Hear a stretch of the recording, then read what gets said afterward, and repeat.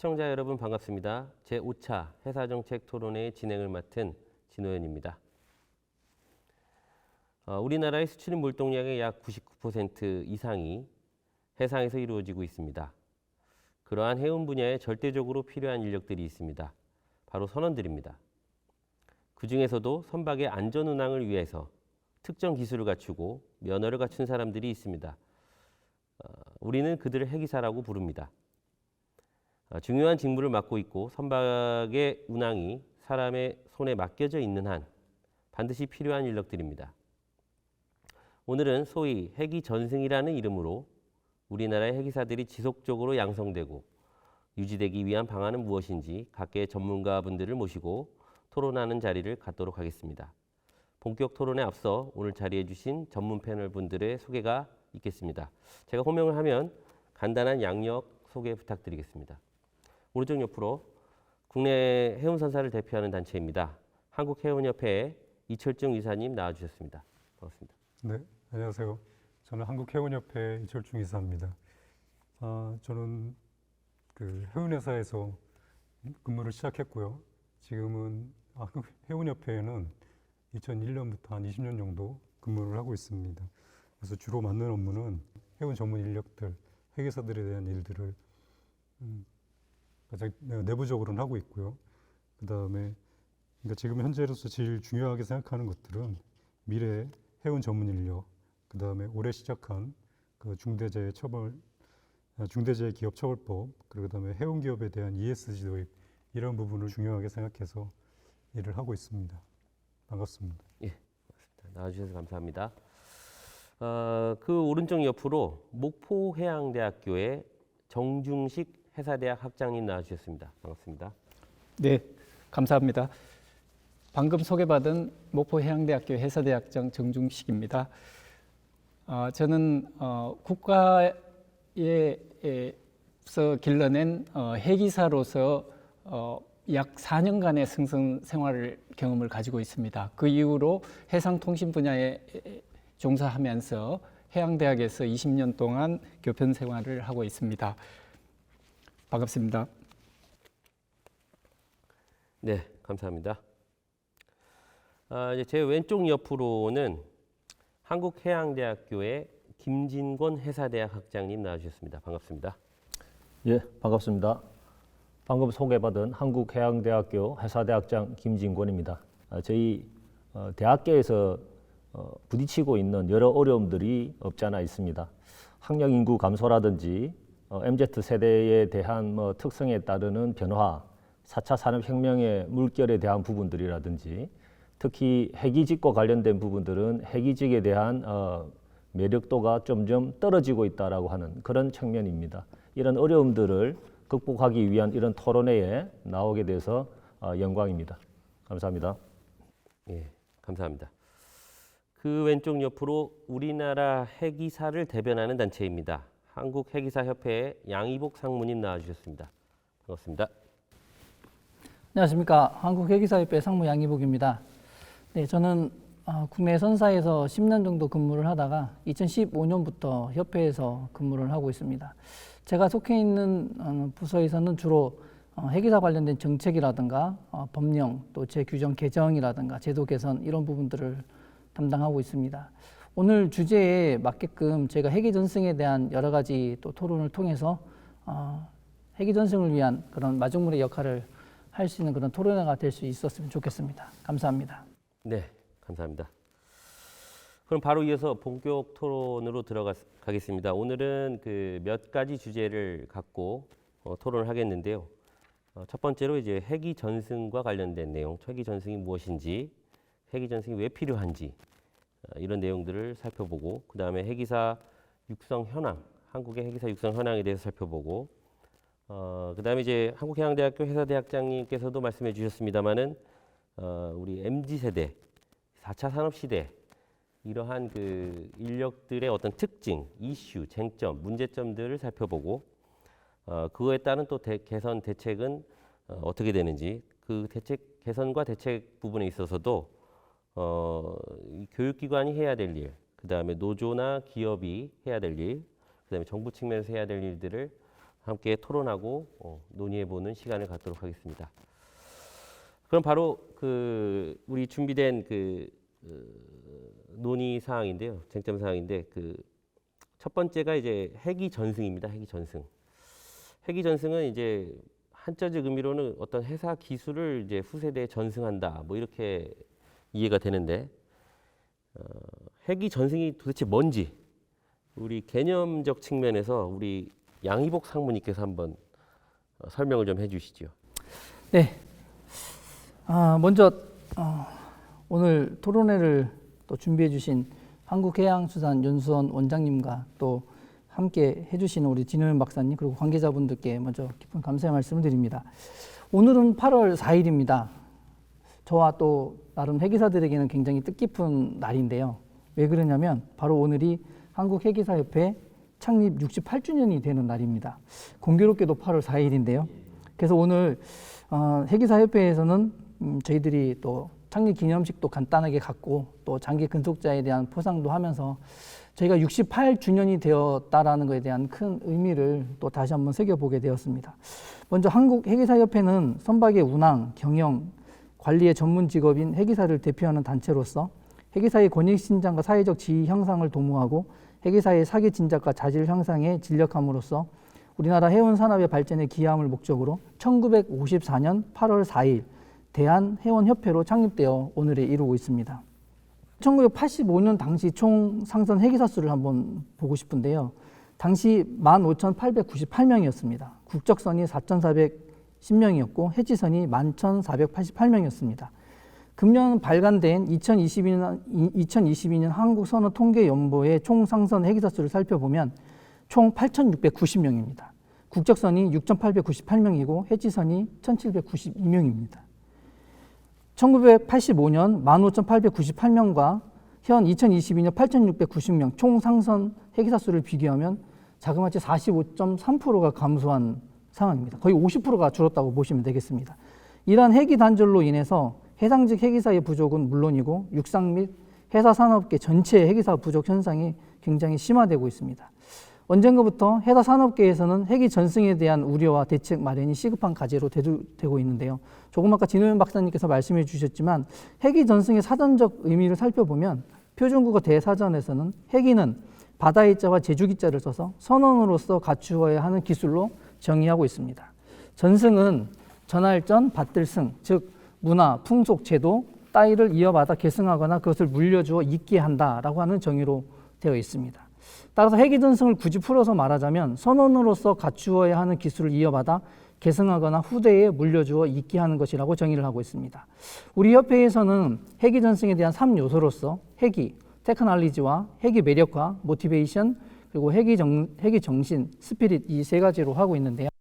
먼저 해기 전승을 위해서는 가장 먼저 해기 인력, 즉 해기사는 국가의 전략 자산이며 국가에서 관리가 필요한 필수 자원임을 인식하는 등 관점의 변화가 필요하겠습니다.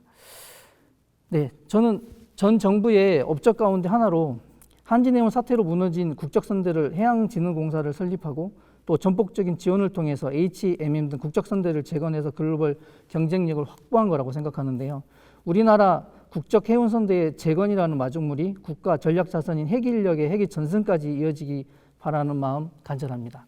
네, 이렇게 설명드리겠습니다. 예, 감사합니다. 해기 전승, 이런 해사 기술, 이런 해운 기술 이런 것들을 후세대에 물려주고 계승하는 그런 일을 해기 전승이라고 하는 거네요, 그죠? 예. 그럼 그러한 이제 그 말씀 중에 이제 나왔는데 국가적 측면에서나 사용자적 측면에서 중요하다 이런 말씀들을 해주셨는데, 그럼 이 해기 전승이 왜 중요한 건지, 정말 필요한 건지, 이것을 이제 국가적 측면, 사용자적 측면, 산업계 측면, 그래서 다각도로 우리가 한번 필요성을 인식해봐야 될 텐데, 국가적 측면에서 그러면 이 해기 전승이 왜 필요한지를 우리 김진권 학자님께서 좀 말씀을 해주시죠. 예, 금방 말씀하셨던 해기 전승이라고 하는 부분들이 우리에게 왜 필요한지에 대한 것들은 다양한 방면에서 접근이 가능할 것 같습니다. 특히 나중에 또 말씀하시겠습니다만 해운 산업계적인 측면이라든지 사용자적 측면에 대한 부분들도 굉장히 중요한데요. 특히 하나 국가적 측면에 대한 부분들도 없지 않아 있습니다. 이건 왜 그러냐면은 아시다시피 저희 한반도가 가지고 있는 지정학적 위치의 특수성에 대한 부분들이기 때문에 그렇습니다. 특히 한국 해운이 가지고 있는 위치가 산업적인 측면에 못지않게 국가 안보적인 측면에 기여하고 있기 때문에 그렇습니다. 보통 아시다시피 물적 교역의 99.8% 이상을 해상 운송이 차지하고 있는 상황이고 에너지원에 대한 수입은 100% 해상 운송에 의존하고 있는 실정입니다. 거기에 덧붙여서 한국 전쟁 당시에 미국으로부터의 수송된 군수물자의 95%가 해상 운송을 통해서 들어오게 되었습니다. 특히 우리나라와 같이 분단 국가로서 현실적인 이런 어려움에 처해 있는 국가들은 비상사태를 고려하지 않을 수 없는 상황인 것이죠. 특히 이런 핵이사에 대한 역할들이 이런 군수물자에 국한되지는 아니겠습니다만 비상상태를 굉장히 유리하게 끌고 가기 위한 측면에서의 핵이사 한 명을 양성하기까지는 엄청난 시간과 노력이 들어가는 것이기 때문에 우리 성선근무 예비역 제도라든지 우리나라에서 국가에서 투입한 예산으로 길러낸 이 핵이사는 언제든지 예비원으로서 비상사태 시 해군 예비 인력으로서 활성할 수 있다라고 하는 측면에서 굉장히 중요한 의미를 가진다고 말씀드릴 수 있겠습니다. 예, 감사합니다. 한국이 갖고 있는 어떤 지정학적 특성 이런 것들로 인해서 국가 비상사태 발생 시 안보적 측면에서 핵이사의 역할의 아주 중요성에 대해서 말씀해 주셨습니다. 에너지원을 100% 수입을 한다고 하니까 이게 확 실감이 나는데요. 예.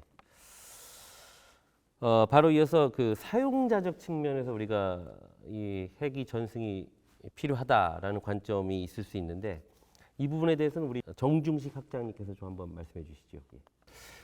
예, 우리나라 핵이사의 지금까지의 어떤 역사들을 살펴봤을 때 70년대, 80년대 한참 그 수출입 화물이 물동량이 한참 부흥하고 하는 시기에 우리나라 선원들이 가진 이런 매력이라는 부분들은 세계 선주들에게 인식이 되어온 측면이 있습니다. 수십 년 동안 선원에 대한 매력부터 시작해서 우리나라가 어쩌면은 해운이라는 게 일어날 수 있었다라고 이렇게 생각합니다. 그 결과로서 오늘날의 우리나라의 해운 산업이나 거의 3,000여 개에 달하는 이런 부대 산업들이 융성하게 국가의 어떤 기간 산업으로서 굳건하게 자리를 잡고 있다라고 생각을 합니다. 그런 측면에서 우리나라 선원들의 이 해운 산업에서 이룬 이 역할이라는 것은 아무리 강조해도 지나치지 않을 것입니다. 그런 측면에서 우리는 이 사용자 측면에서 선원의 가치성을 좀 내다봐야 되지 않을까 이렇게 생각을 합니다.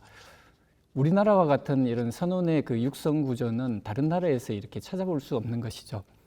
지금도 보면은 선주 단체에 의해서 선원을 길러내는 게 유럽이고 일본이 되겠습니다. 그렇지만 아직도 우리나라가 이렇게 끈을 놓지 않고 있는 것은 지금까지 이루어놓은 우리나라의 그 해운의 역사 속에서 선원의 그 위치와 역할 또 기여도를 높이 평가받았기 때문에라고 이렇게 생각을 합니다. 이런 선원의 역사에 있어서 또 선원의 그 육성 과정에 있어서 위기에 직면하고 있는 것은 사실입니다. 핵이사협회의 어떤 통계 자료나 지금까지 연구자들의 어떤 결과들에 따르면은 결국은 초급 핵이사들의 이런 단기 승선으로 이직 현상이 일어나고 또 오히려 상급 핵이사는 이렇게 부족 현상을 빚어냄으로 인해서 그 결과로서 선박 관리 산업이나 관련 부대 산업들의 어떤 위기에 봉착하고 있는 게 사실입니다.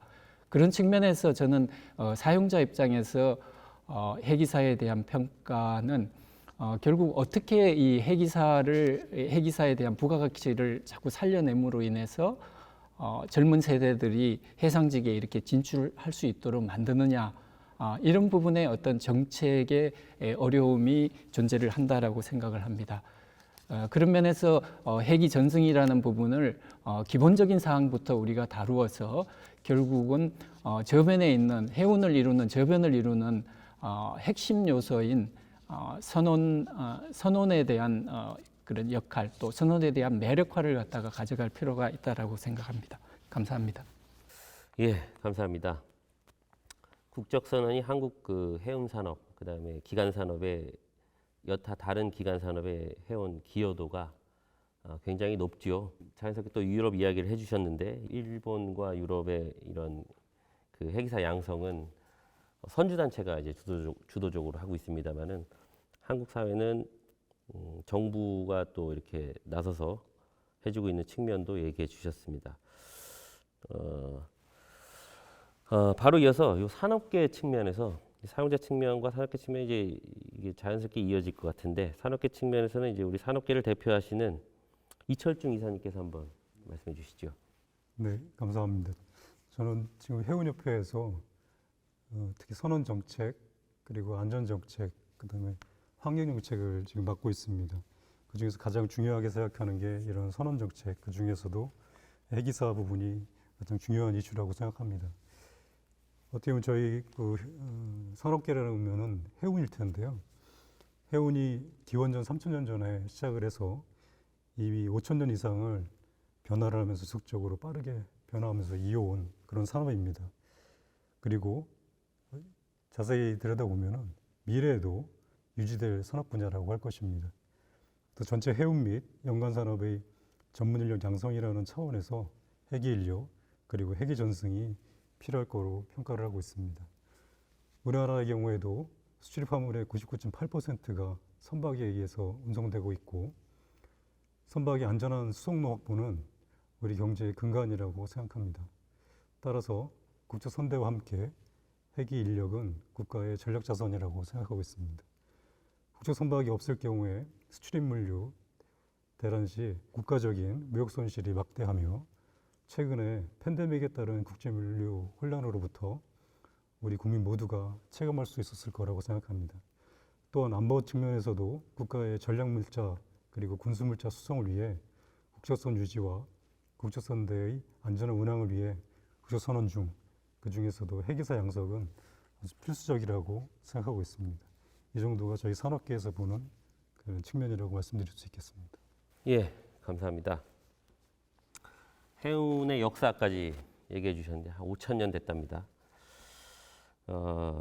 우리 그 산업계의 어떤 근간이 되는 어떤 산업 물자의 수송, 그 다음에 국적 선언의 어떤 그 전략적 자산에 대한, 그 다음에 최근에 이제 코비드19로 인한 무역 손실, 이 중심에는 우리 해기사, 우리 선원들이 있었다.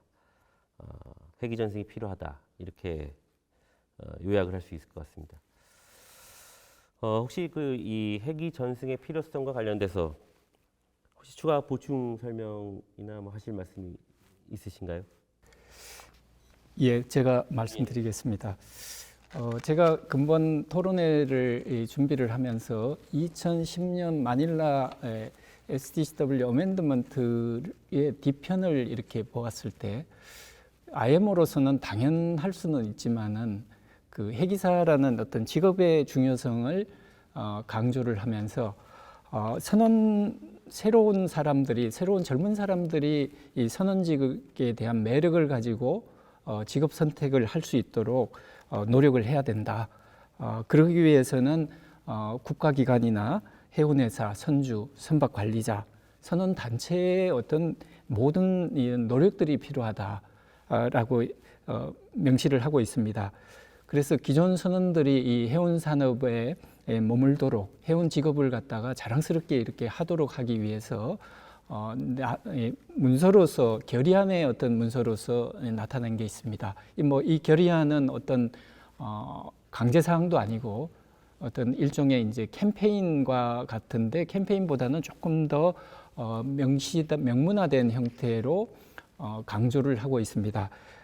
또한 다른 한편으로 보면은 MLC라는 국제 노동협약이 발효돼서 이제 노동의 질 개선이라는 것도 명목상으로는 이루어지고 있습니다.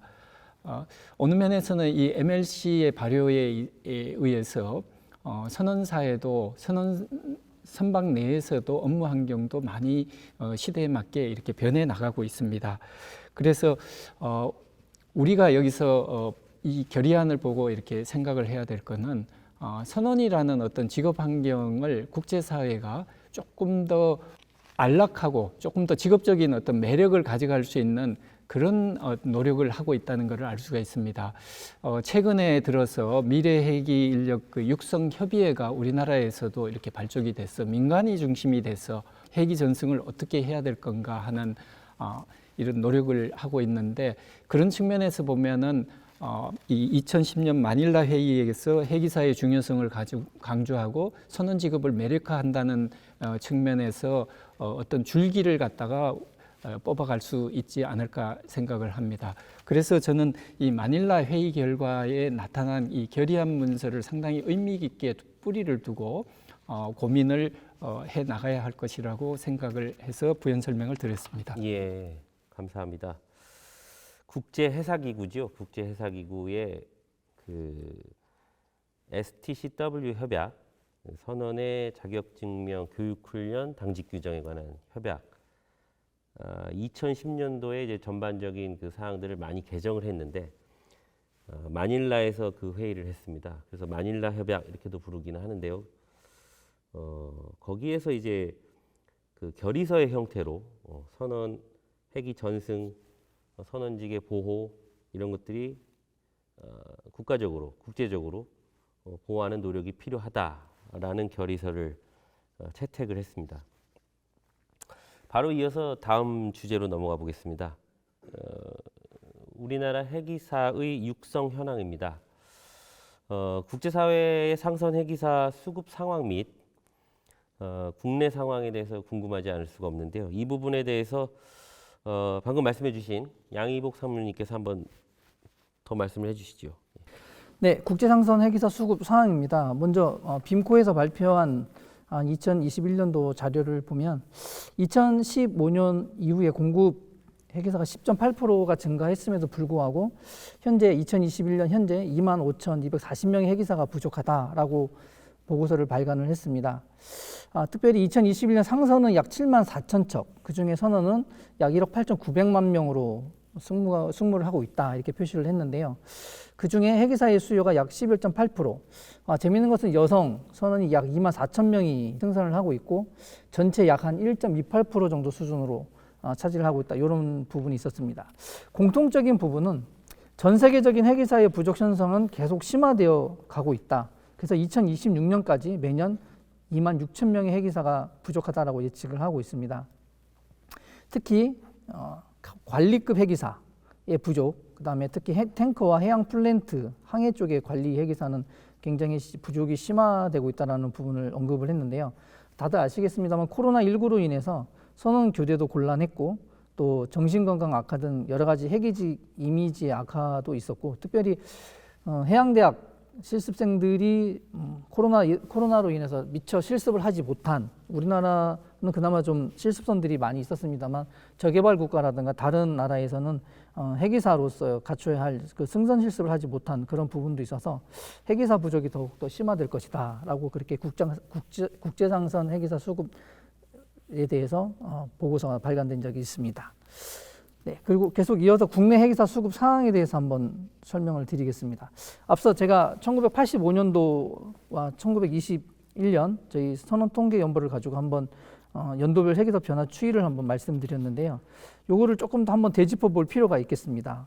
왜냐하면 지금 현재 헬기가 계속 단절이 되고 있고 역삼각형으로 직급별 구조가 변화되어져 가고 있는데요. 당시 1985년 국적선 같은 경우에는 4,410명에서 현재 6,898명, 약 2,488명이 증가를 해서 약 36%의 증가율을 보입니다. 반면 해치선 같은 경우에 1985년도에 11,488명에서 2021년 현재 1,792명, 그래서 9,696명이 감소해서 마이너스 84%. 재미난 것은 외국인 헬기사가 2007년부터 들어오기 시작했는데요. 그때 당시 2007년도에 320명이 들어왔는데 2021년 연말에 3,293명, 그래서 약 2,973명이 증가해서 90%가 증가를 했습니다. 그러니까 우리가 해지선에서 빠진 84.4%만큼 외국인 회계사가 들어와서 그 부분을 채웠다라고 보시면 될 것 같은데요. 예. 국내 회계사의 양성 기관을 보시면 국가에서 회계사를 양성하게끔 되어 있습니다. 그래서 앞서 저희 뭐 한국해양대학교, 목포해양대학교 학장님들 오셔 계시지만 뭐 부산해사고, 인천해사고, 연수원 등 입학 정원이 보면 약 1,400명 정도 됩니다. 그 중에서 2018년 기준으로 1,208명이 졸업을 했고요. 이 중에서 수상기까지 포함을 하면 매년 약 1,450명 정도의 초급 회계사가 양성돼서 배출이 되어집니다. 따라서 초급 회계사의 양성은 충분하다. 문제는 초급 회계사에서 상급 회계사로 진출할 수 있도록 사다리를 만들어주는 것이 필요하고 그러한 목표가 맞추어져서 해야 되겠다라는 내용입니다. 요 상급 회계사 미래 수급도 보면 굉장히 좀 어두운데요. 성기장 같은 경우에는 2030년 약 859명, 그래서 약 58% 정도가 감소하는 걸로 나오고 1급 1항사 1기사 같은 경우에도 2020년 1682명에서 2030년 594명으로 약 65%가 감소하는 걸로 나옵니다. 따라서 상급 회계사로 육성과 양성이 절대적으로 필요하겠습니다.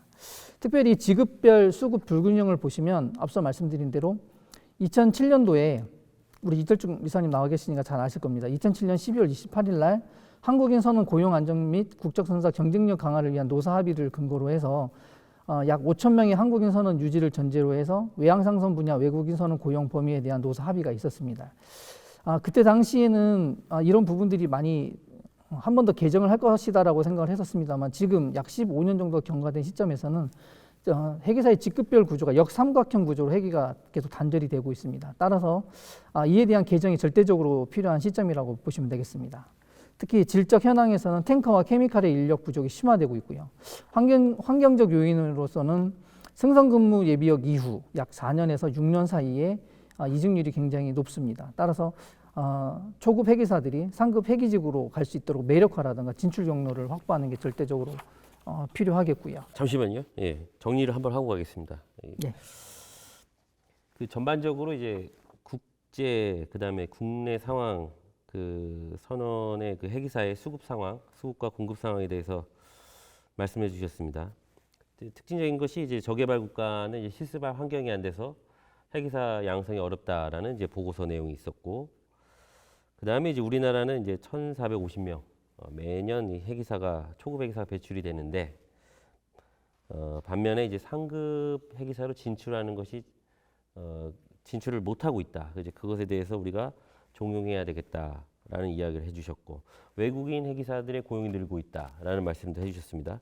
말씀 중간에 그 역삼각형 구조라는 걸 말씀해 주셨는데 뭐가 역삼각형이라는 거죠? 그러니까 초급 회계사는 뭐 나중에 이제 보시면 알겠습니다만 지금 그러니까 현재로서 저희가 5년 간격으로 이렇게 회계사의 직급별 구조를 저희가 한번 분석을 해보니까요. 선장 기관장님들, 1항사 1기사님들은 비교적 지금 어느 정도 이제 인원수를 차지하고 있습니다만 예. 밑에서 올라가는 초급 회계사가 계속 이직을 많이 하다 보니까 초급 회계사들이 그러니까 3항기사, 2항기사가 계속 줄어드는 현상으로 예. 나타나는 거죠. 그러다 보니까 이제 예. 직급별 구조가 역삼각형 구조로 되어진 무슨 상황입니다. 뜻인지 알겠습니다. 그러니까 이 업계에 현존하고 있는, 그다음에 남아 있는, 또 실제 승선하고 있는 이러한 회계사의 구조가 1,450명씩 매년 배출됨에도 불구하고 역삼각형 구조로 가고 있다. 이것은 큰 심각한 문제다. 이렇게 인식이 됩니다. 예. 우리 그 국제 및 국내 요 회계사 수급 상황과 관련돼서 혹시 그 보충 추가적인 설명 예, 제가 드릴까요? 예. 부탁드립니다. 네, 그 양상무님이 말씀하신 것처럼 어떻게 보면 회계사들은 또 특히 선원들이 예전에 비해서는 많이 줄어들었다, 일자리가 줄어들었다 말씀하는 건 맞는 것 같습니다. 근데 그 한편에서는 또 그 디테일을 보게 되면 해외 취업은 50% 이상 감소했다 이렇게 보이고 상대적으로 국적 선사에 들어간 취업하는 선원들의 숫자는 늘어났습니다. 지난 2001년 말 현재 외항해운에 종사하는 선원은 21,395명이었습니다. 그 중에서 한국인 선원은 8,238명이고 내외국인 비율은 한 4대 6 정도 되고 있습니다. 그 통계로만 말씀했을 때는 옛날에 비해서는 훨씬 그 외국인이 많이 들어왔다 이렇게 볼 수 있지만 한국인 선원 중에서 회계사는 67.7%인 6,898명이었습니다. 부원이 15%인 1,340명이 근무하고 있었습니다. 즉 2007년까지만 해도 약 한 해기사가 우리 외항선선의 해기사가 한 5,300명 정도였었는데 해기사 측면에서 보면 한 1,500명 정도가 15년 사이에 늘었고요. 부원 선원은 반면에 한 50% 정도 감소했다고 이렇게 보시면 됩니다. 전체적으로는 한국인 선원 수는 우리 선대가 늘어난 것만큼에 비해서 늘어났다고 보시면 됩니다. 우리가 지금까지 그 2007년 이전까지 하고 2007년 이후에 외항선선의 선원 정책이 많이 변화했습니다. 2007년까지는 부원 선원까지 중심을 둬가지고 외국인 선원을 외국인 선원이 해도 부원 선원 중심으로 채용을 했었고요. 2007년 12월에 있는 노사합의를 통해 가지고 한국인 선원에 대해서 5,000명을 유지한다는 그런 전제로 외국인 선원 고용을 해기사까지 확대를 했었습니다. 구체적으로는 한국인 선원 고용을 위해 국제 선박 중에서 필수 선박을 88척을 유지하고 그 다음에 지정 선박을 212척을 유지한다고 해가지고 약 300척에 대한 국적 해기사 중심의 그런 선원 척수를 만들었고 거기에는 외국인 승선을 제한을 했습니다. 그 다음에 그 추가적으로 우리가 확대되는 거에 대해서는 외국인 선원을 좀 어느 정도 수급에 대해서 근무에 대해서 완화를 시켜줬습니다. 그런데 현재는 어떻게 보면 한국인 선원의 특히 부원선에 대한 수급 불균형이 어떤 한계에 봉착해 있는 상황입니다. 이를 개선하기 위해서 외국인 선원 승선 제한에서 한국인 선원 의무 승선으로 이 컨셉을 좀 변경해서 국제 선박 중에 필수 선박, 지정 선박을 좀 개선하자 이런 컨셉으로 노사합의에 임하고 있습니다. 한국 선박 실제적으로 통계를 보면은 한국 선박의 외항승선인 기준입니다. 척당에 한 한국인 선원이 6.4명이 승선 중에 있습니다. 영국이라든지 프랑스, 덴마크, 독일 등 유럽 국가들은 자국선에 대한 승선 의무 없이 EU 출신 선계장 정도의 그 승선을 요구하고 있습니다. 가까운 일본의 경우에도 보시면 지배 선대는 우리나라의 한 2배 이상 됩니다. 그런데도 불구하고 외항해운에 종사하는 일본 선원은 19년 말 기준으로 해 한 2,200명 수준입니다. 현재는 크게 차이가 없습니다. 우리나라의 약 4분의 1에 불과하다고 보실 수 있겠습니다. 이처럼 우리나라는 그 전 세계 해운 선진국 중에서 가장 많은 국적 선원을 보유하고 있는 그 유일한 나라가 아닐까 이렇게 보여집니다. 이 이야기의 전체의 어떤 뉘앙스가 우리나라는 그래도 국적 선원을 많이 고용하고 유지하고 있다 이렇게 들립니다. 그런 측면이 있는 것 반면에 또 하나는 그러니까 우리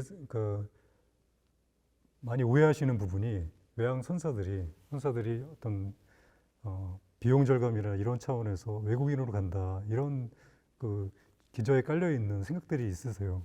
근데 그런 것보다는 어떻게 보면 우리 장기적으로 이 선원들에 대해서 단순히 승선하는 인력뿐만이 아니고 육상에 진출하는 해기직을 가지고 있는 그 경험을 통해 가지고 저를 비롯해서 이 나와서 일하는 사람들 또한 부대 산업들이 있지 않습니까? 해운 금융이라든지 조선이라든지 이런 전체 해운과 관련된 유관 산업에 대한 인력까지 고민을 해서 국가 정책으로 나가고 있고 우리 선주들도 여기에 맞춰가지고 우리가 미래에 결과적으로 지금은 어떤 동남아 쪽의 선원들이 전 세계 시장의 중심이 되어 있지 않습니까?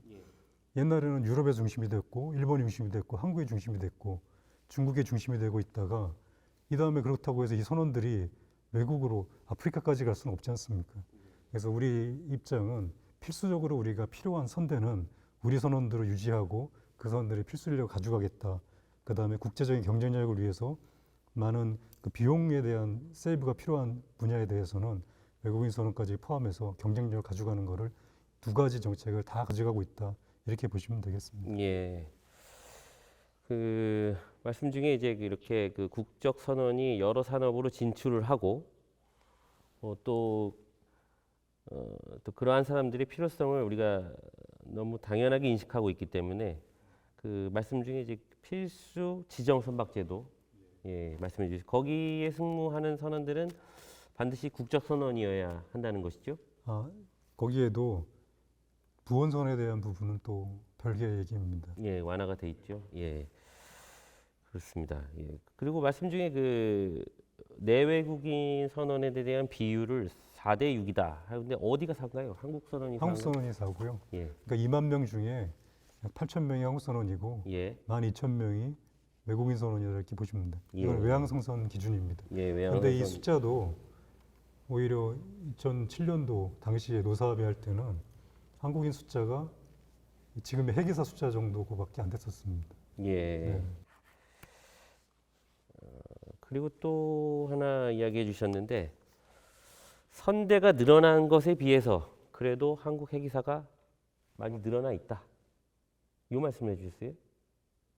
절대적인 숫자가 늘어난다 그러면은 예, 당연히 비례해서 늘어날 수밖에 없고 예, 그 비례를 평균으로 내보면 우리나라 선대가 한 1,100척 정도 되거든요. 예, 외항 성선이 예. 그러면 평균적으로 보면 6.4명 정도 승선하고 있다 이렇게 예. 보시면 됩니다. 네, 감사합니다. 그 국제적, 국내적 상황에 대해서 해기사 수급 상황에 대해서 양희복 상무님, 이철중 이사님께서 말씀해 주셨습니다. 과거부터 현재까지 이어온 해기 전승 방식이 있을 것 같습니다. 이 부분에 대해서 우리 김 학장님께서 말씀을 좀 해주시죠. 예. 요 앞전에 이철중 이사님께서 말씀을 잘 해주셨는데요. 특히 국적 선언의 높은 유지율에 대한 부분들 말씀을 해주셨습니다. 한편으로 보면은 그렇게 된 이유나 배경이 있을 것 같습니다. 앞전에 해기 전승에 대한 필요성을 우리가 몇 가지로 나눠서 말씀을 드렸는데 특히 국가 정책적인 측면에서 중요하다고 말씀을 드린 적이 있습니다. 이 부분들은 국가 안보적인 측면은 뭐 당연히 굉장히 중요한 측면이라고 말씀을 드리고 해운 산업업계적인 측면에서 경제적인 이유도 있을 것 같습니다. 결국에는 국가 정책적 측면에서 이 해기 인력을 양성을 하고 키워서 한편으로 보면은 국가 경제에 큰 기여를 할 수 있게 만든 이런 구조라고 하는 것이죠. 보통 통상적으로 일반 국민들은 독일 광부나 간호사 파견으로 인해서 그 인력 수출을 통해서 우리 국가 경제 개발에 큰 역할을 했다라고 인식을 많이 하고 계시지만 실질적으로 아무런 뭐 이런 장비가 없는 상황에서 맨몸으로 인력 수출을 통해서 국가 경제에 큰 영향을 미치는 것은 어떻게 보면 선원입니다. 인력 수출에 대한 통계치를 보면요. 한 1964년부터 1971년간 광부 독일에 파견된 광부나 간호사가 벌어들인 외화가 1억 164만 불에 해당이 됩니다. 굉장히 높은 수치입니다.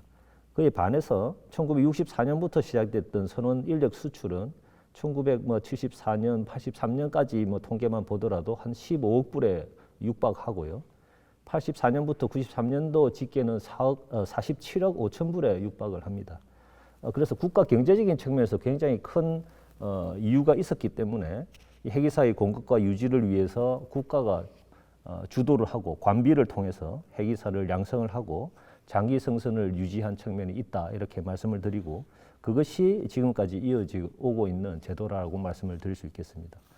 그래서 국립학교 설치령에 의해서 목포해양대학, 한국해양대학 등 이 해양대학교 재학 중 학생회에서 의식주를 제공을 하고 수업료 일부를 면제를 하고 성선 예비역 근무 제도를 통해서 해군의 사군화 정책을 유지를 하고 있다 이렇게 말씀을 드릴 수 있겠습니다. 이런 측면에서 요즘은 이철중 이사님께서는 말씀하셨습니다마는 국가 필수 국제 선박 제도에 대한 운영이라든지 이런 부분들을 통해서 지속적으로 외국인 선원 고용에 뿐만 아니고 그것을 바탕으로 하더라도 국적 선원에 대한 유지를 지속적으로 가져가기 위한 노력들을 하고 있다 이렇게 말씀드릴 수 있겠습니다. 예, 감사합니다. 국가가 역시 나서서 주도적으로 이런 그 해기 전승, 그다음에 해기 인력을 이렇게 양성하고 공급하고 있다. 이렇게 요약을 할 수 있을 것 같습니다. 지금 현재 그럼에도 불구하고 굉장히 우려하는 것은 해기 전승이라든지 해기사 수급 전망에 대한 우려, 문제 이런 것들이 있을 수가 있는데 현재 우리나라 해기사 수급 전망에 대한 문제점에 대해서 우리 정중식 학장님에 대해서 대표께서 한번 말씀해 주시죠. 네. 우리나라 핵이사 이 수급 전망에 대해서 문제점을 지적을 하라 그러면은 저는 우선 역사 속으로 다시 좀 들어가 보고 싶은 부분이 있습니다. 핵이 인력 공급 자체가 국가 정책적으로 이루어져 오고 그 정책의 이면에는 승선근무 예비역, 과거에 70년대 해군 예비연령으로부터 시작이 돼서 예비역 장교제도 또 보충력 제도 등을 통해서 우리나라가 핵이사를 육성해왔고 또 해운 산업이 일어났습니다.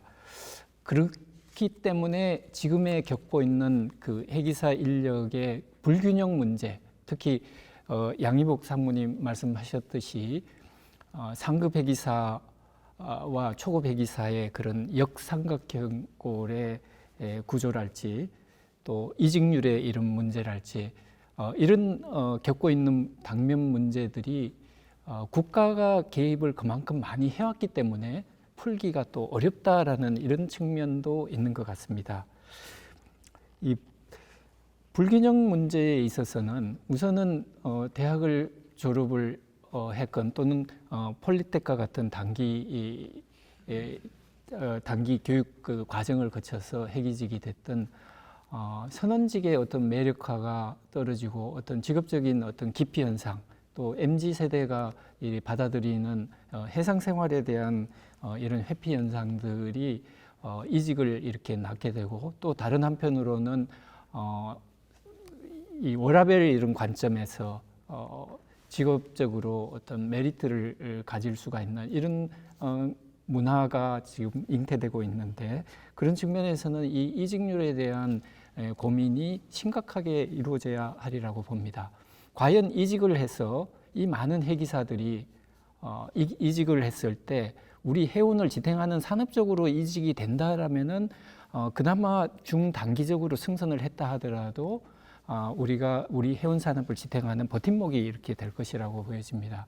그렇지만은 이 이직이 국가의 어떤 공공기관으로 간다거나 어떤 특정한 분야로 이렇게 편향돼서 나가고 했을 때는 결국은 핵이사 공급이 전 세계적으로 많다 하더라도 이거는 어떤 위기감으로서 작용할 수밖에 없을 것입니다. 또 다른 한편으로 이제 정책적인 부분이 있는데 결국은 이제 국방부가 어떻게 국방 인력을 갖다가 승선근무 예비역을 갖다가 그대로 유지할 것인가 봤을 때는 당장은 2026년부터 예비역 인원을 줄여야 되고 또는 그 시기에 갔을 때는 예비역 인원을 줄이는 것뿐만 아니라 불과 몇 년 전에 나왔듯이 승선근무 예비역 제도를 승선근무 요원이라는 이런 명칭으로 변경하고자 했던 그런 아픈 기억도 있습니다. 이런 정책적인 측면에서도 왜 국가가 선언을 육성을 해야 되느냐 이런 데 대한 당위성이 지금과 같은 논리만으로 해운 산업을 지탱해왔던 논리만으로 과연 이게 국가 정책이 유지가 될 수 있느냐라고 했을 때는 굉장한 불안감을 이렇게 가지고 있는 게 현실입니다. 예. 마지막으로 하나는 더 참고해야 될 부분이 기술적인 이제 변화, 산업적인 변화에 있어서 핵이사의 어떤 역할이랄지 핵이사 업무가 가지는 어떤 기능적인 측면에서의 고기능화를 우리가 가져가기 위한 그런 노력들이 교육기관에서도 이루어져야 해야 되는 이런 문제점들이 있습니다. 국제기사의 역삼각형 구조가 결국에 이루어지고 있다. 당면한 문제가 이직률 때문이다. 이렇게 말씀해 주셨어요. 말씀 중에 이제 한 가지 의문사항이 들었는데요. 국가가 개입을 해왔기 때문에 이렇다.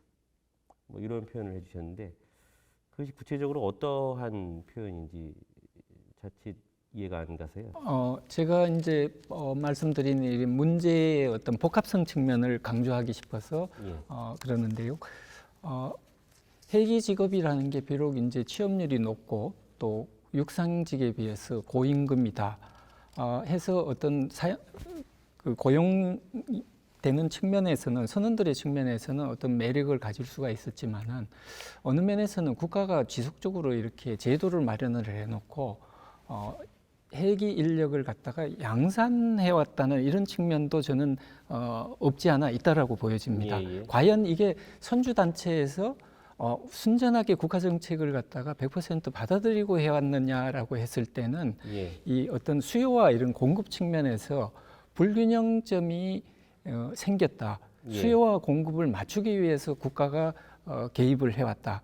이런 어떤 자연스러운 측면에 있어서는 모순이 있었지 않느냐. 그 예. 결과로서 현재의 어떤 이직률이랄지 이런 부분들도 생겨왔다라는 이런 부분을 말씀드리고 싶었던 겁니다. 예, 좋습니다. 네. 그거 이외에 이제 산업적 변화, 그죠? 교육기관의 역할, 그 다음에 정책적 측면, 국방부의 역할, 뭐 이런 것들도 말씀해 주셨는데, 방금 말씀하신 그 부분이 아주 큰 쟁점거리가 될 수 있을 것 같습니다. 자연스럽게 바로 이어서 지금 현재 4차 산업 시대에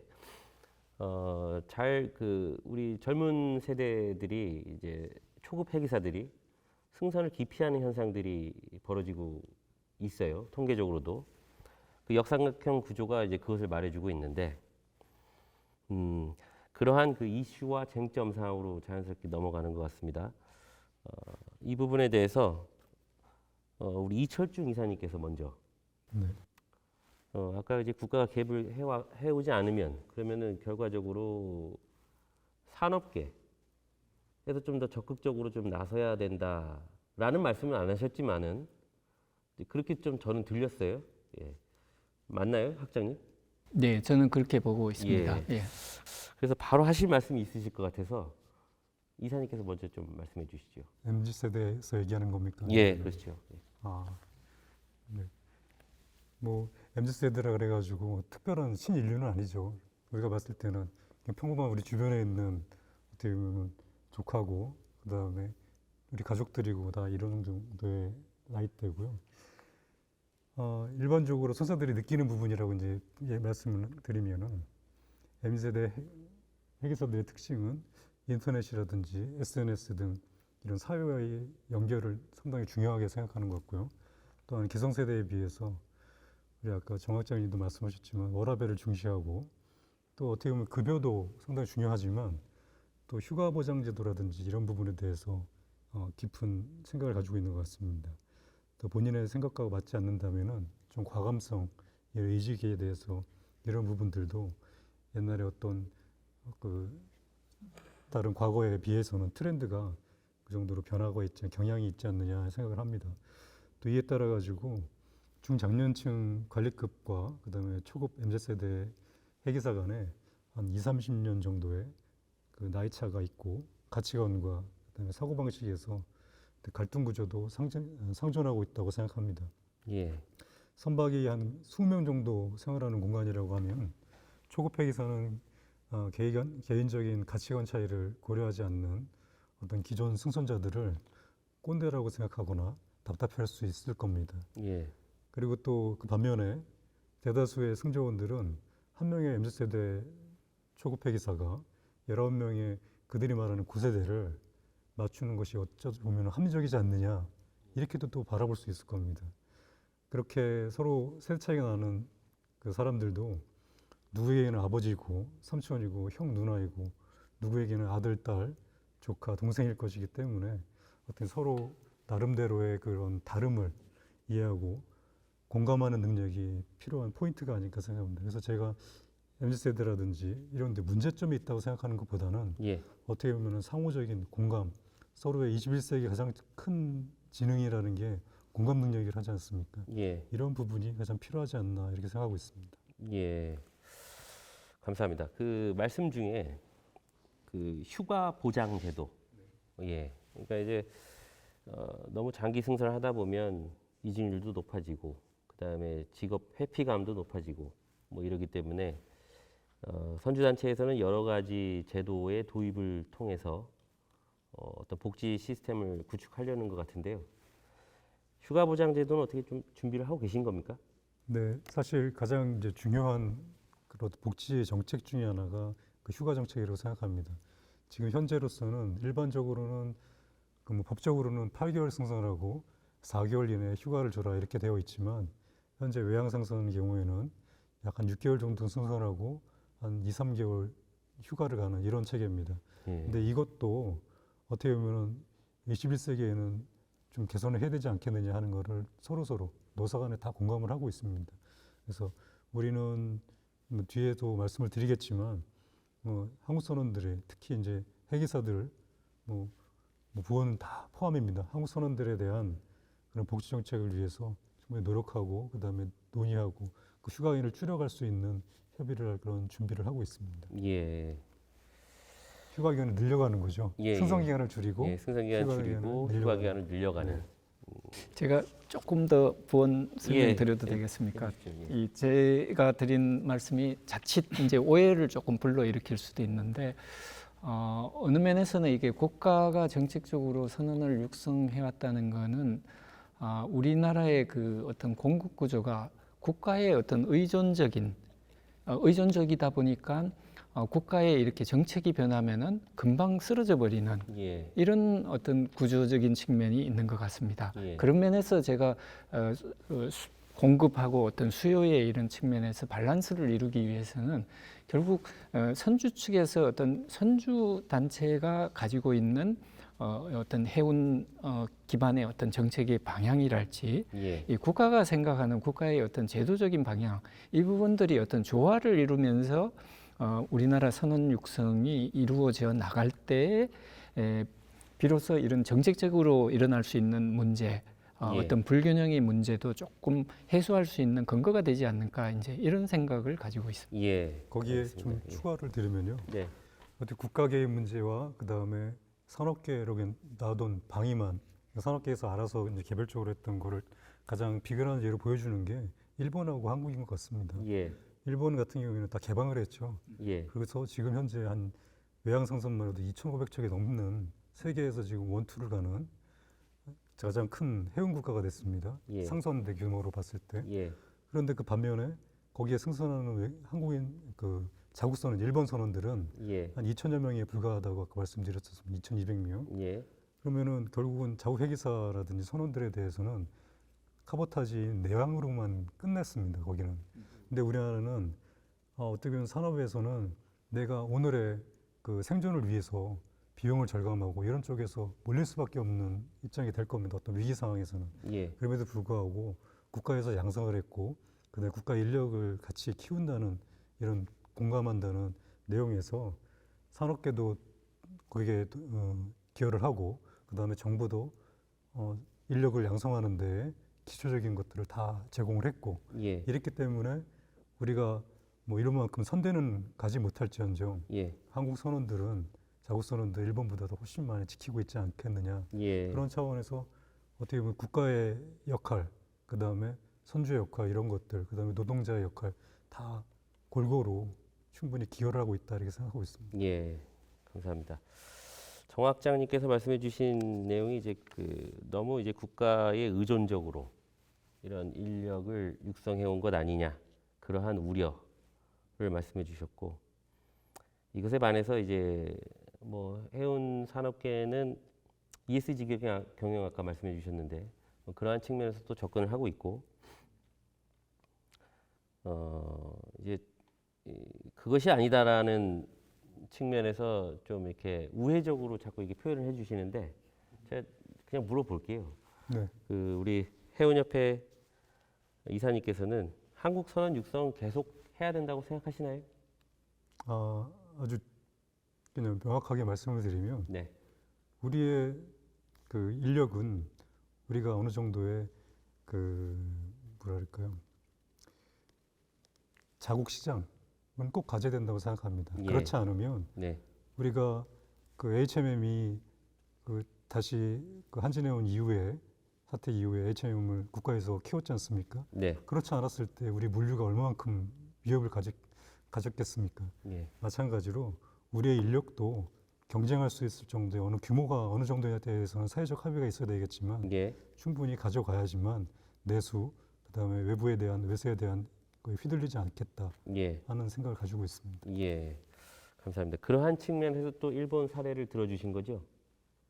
그런 건가요? 아니면 일본 사례가 꼭 잘못됐다, 예, 그다음에 잘됐다 평가할 수는 없습니다. 없습니다. 예, 다만 우리가 보는 것은 우리 것도 같이 가져가야 되는, 그러니까 해외의 사례가 그게 좋은 측면이든 나쁜 측면이든 반면교사를 삼든 우리가 충분히 그런 사례들을 검토하면서 우리 나름대로의 우리 국가의 그 분단 현실이라든지 여러 가지 사정들을 보면서 나름대로 정책을 별도로 가져가야 된다 이렇게 생각하고 있습니다. 예, 감사합니다.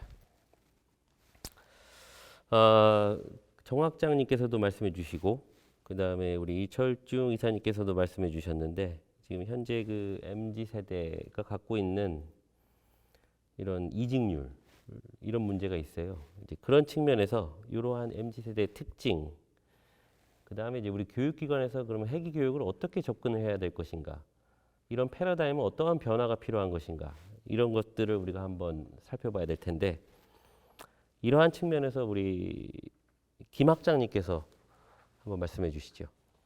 예. 그럼 말씀하셨던 뭐 4차 산업혁명이라든지 MZ 세대의 특징과 관련된 또 회계 인력의 패러다임 변화에 대한 부분들 꼭 필요한 것 같습니다. 저희도 상당히 지금 고민스러운 부분 중에 한 부분들인데요. 앞에서 이철중 이사님께서 MZ 세대의 이제 특징에 대한 부분들 아주 잘 말씀을 해주셨는데요. 특히 이제 아시다시피 불안한 미래보다는 당장의 행복에 또 집중을 하면서 워라밸도 중시하는, 그러다 보니까 기존 기성 세대하고는 세대 차이나 사고 방식의 차이가 굉장히 존재하고요. 학교적 측면에서 보면은 교수급 중장년층과 학생 간의 세대 차이와 사고 방식의 차이가 극명하게 나는 뭐 이런 부분들이라고 말씀드릴 수 있겠습니다. 이게 뭐 나쁘다라고 하는 이야기는 아니고요. 우스갯소리로 심지어 초급 학년도 그 1학년들 같은 경우는 4학년 보고 세대 차이 난다는 이야기까지 하고 있는 예. 뭐 이런 상황이다 보면은 서로에 대한 뭐 존중에 대한 부분들도 소통에 대한 부분들 중요하다고 보여집니다. 예. 결국에는 여기서의 핵심은 굉장히 이제 연결에 대한 네트워크에 대한 부분들, 수평적인 관계에 대한 부분들 이런 것들 투명, 공정 세대라 하지 않습니까? 네. 이런 부분들을 상당히 잘 우리가 인식하고 좀 접근을 해야겠다 싶은 생각이 듭니다. 예. 결국에는 뭐 초연결 사회에 대한 부분들, 인터넷과 모바일 네트워크에 대한 부분들이 익숙한 이 MZ 세대의 특징들을 우리가 활용을 좀 해야 될 필요도 있을 것 같습니다. 예. 그래서 앞에서도 뭐 말씀드렸습니다만은 향후 자율 운항 선박에 대한 부분들, 이제 4차 산업혁명에 통한 변화에 대한 부분들은 거슬릴 수 없는 그런 상황이지 않습니까? 예. 그렇다 하더라도 꼭 필요한 유형의 핵이사는 있어야 된다고 보여진다면은 이것을 아우를 수 있는 통섭형 핵이사 교육 체제로의 전환에 대한 부분들은 저희가 고민하고 있는 부분 중에 한 개입니다. 예. 그래서 우선 선제적으로 저희 같은 경우는 항해 융합, 기관 같은 경우에도 융합적 관점에서 접근을 좀 많이 하고자 노력을 하고 있습니다. 그래서 인공지능이나 빅데이터, IoT 교육에 대한 기초 교육들 하는 부분들을 교육 과정에 조금씩 도입을 하고 있고요. 예. 기관 같은 경우에도 뭐 빅데이터라든지 사이버 보안 플랫폼에 대한 부분들도 접목을 이제 시작을 하고 있습니다. 그래서 이런 부분들을 점진적으로 융합적 관점에서 회계 전문 인력들도 교육 체계에 대한 점진적 변화가 이루어져야 된다라고 생각을 하고 있고 그렇게 준비하고 시행을 시작하고 있습니다. 예. 감사합니다. MZ 세대 특징을 말해 주셨어요. 그 불안한 미래, 워라밸, 사고방식의 차이, 학생들 사이에서도 세대 차이를 느낀다. 그 다음에 특징적으로 이제 투명, 공정한 세대다. 이렇게 말씀해 주셨고, 그 다음에 회계 교육 과목으로서 이제 항해 융합, 기관 융합, 이런 기술적 측면에서 이러한 지식을 습득할 필요가 있다. 이렇게 말씀해 주셨는데, 그러면 이제 그 우리가 본래 논의하고자 했던, 그러면 혹시 우리 학교에서는 이러한 그 사고 방식의 차이, 워라밸을 중시하는 측면, 그다음에 중장년층을 이해하는 관점, 뭐 이런 것에 대한 교육 활동은 혹시 하고 계신 게 있습니까? 실은 이 교수님들을 대상으로 한 MZ 세대의 이해에 대한 부분들을 교수 학습법에 녹여내려고 하는 노력들은 하고 있습니다. 그래서 예.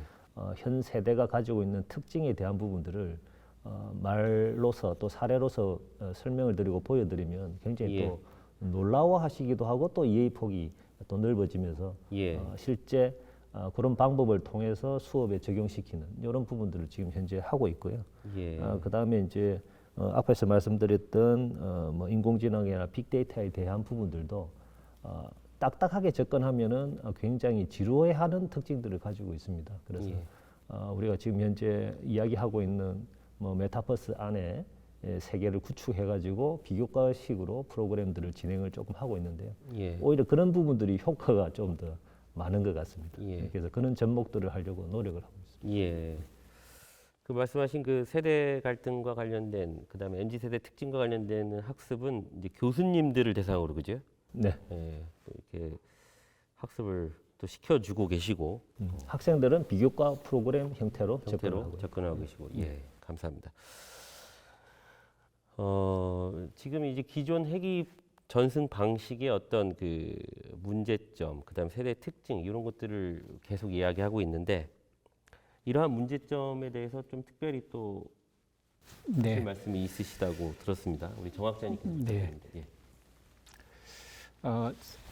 대학에서 한 20여 년간 이렇게 교편을 잡아오면서 제 자신이 어떤 생각하는 방식이나 그 학생들을 가리키는 방식이 고착화되어 간다라는 이런 느낌을 받습니다. 예. 물론 이제 김진권 학장님 말씀하신 대로 대학에서는 교수학습 지원센터를 통해 갖고 교수의 역량을 강화하고 또 문제가 되는 것을 갖다가 환류를 통해 갖고 우리 학생들에게 보다 올바른 그런 시대에 맞는 교육을 시키기 위한 학생들과 소통하는 그런 교육을 하기 위한 노력은 많이 하고 있습니다만은 이 20여 년간 또는 학생들과의 이렇게 차이가 나는 이 세대 차이를 어떻게 극복할 수 있느냐라는 것도 교육하는 입장에서는 굉장히 이렇게 고민이 됩니다. 다른 한편으로 이제 회계사 교육 관점에서 보면은 저 자신도 회계사 출신이었기 때문에 과거에 제가 대학 시절에 느꼈던 회계사로서의 자부심, 상선사관으로서의 이렇게 자부심 같은 게 그대로 뭐 남아 있다라기보다도 항상 이 머릿속에는 남아 있습니다. 예. 그런 어떤 대학에서의 교육이 아직도 남아서 제 자신의 그 생활을 갖다가 습관화, 관습화를 이렇게 시키고 있는데 그 이면을 살펴보면은 선후배 간의 어떤 위계 질서랄지 또 다른 측면에서 상선사 간의 어떤 리더십을 강조를 하는 이것만이 선박에서 회계사로서는 굉장히 중요한 부분이다. 이거는 회계사로서의 직무로서의 가져야 된 굉장히 큰 부분이다. 그런 부분을 학생들한테 교육하는데 내세우고 그렇지만은 오늘날의 그 학생들이 받아들이기에는 왜 내가 이렇게 따라야 되지? 예. 왜 내가 이런 승선생활관에 엄격한 규율을 따라야지 하는 데 대한 공감이 형성이 되지를 않습니다. 예. MZ세대에서 나타나는 특징 하나가 자신이 중요한 일을 맡았다. 자신이 사회적인 가치가 있다라고 생각하면은 오늘날의 세대는 오히려 더 열정적으로 일할 수 있는 그런 잠재력을 가지고 있습니다. 그런 측면에서 이런 MZ세대가 이루는 세대 간의 이런 갭 자체를 메꾸기 위한 그런 노력의 이면 속에서 MZ세대가 가진 장점들을 갖다가 이끌어내기 위한 그런 관점에서의 어떤 교육기관에서 노력이 수반된다면은 예. 지금 일어나고 있는 지금까지 해온 회기 전승 이런 방식의 문제점들을 하나하나 좀 해결할 수 있는 실타래가 되지 않을까라고 생각을 하고 있습니다. 예. 감사합니다. 우리 정학자님께서 말씀해주신 그 상선사관으로서의 자부심, 그거는 어떤 자부심이죠, 혹시? 그 젊은 시절에 돌아가면은 그 대학 시절에 이렇게 낭만이랄지 추억이라는 게 있지 않습니까? 네.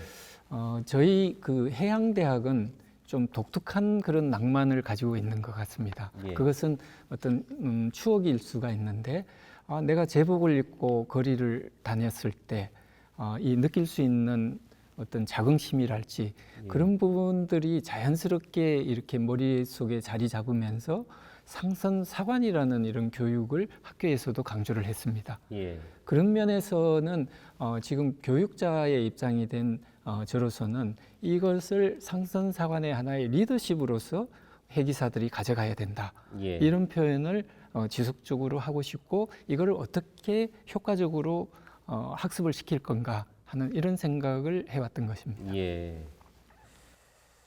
그렇군요.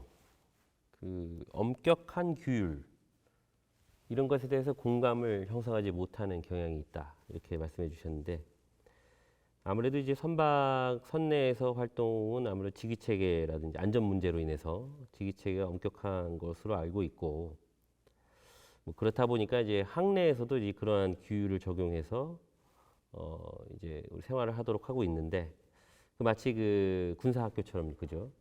예. 이제 그것이 이제 현재 세대로서는 이제 공감을 얻지 못하다 이렇게 저는 들었습니다. 그런 반면에 이제 그러한 그 사관으로서의 자부심, 그 다음에 사회적으로 자신이 하는 역할이 꼭 필요하고 가치 있는 역할이다. 라는 그런 자존감을 고취시키는 이런 또 활동도 필요하다 이렇게 말씀해 주셨습니다.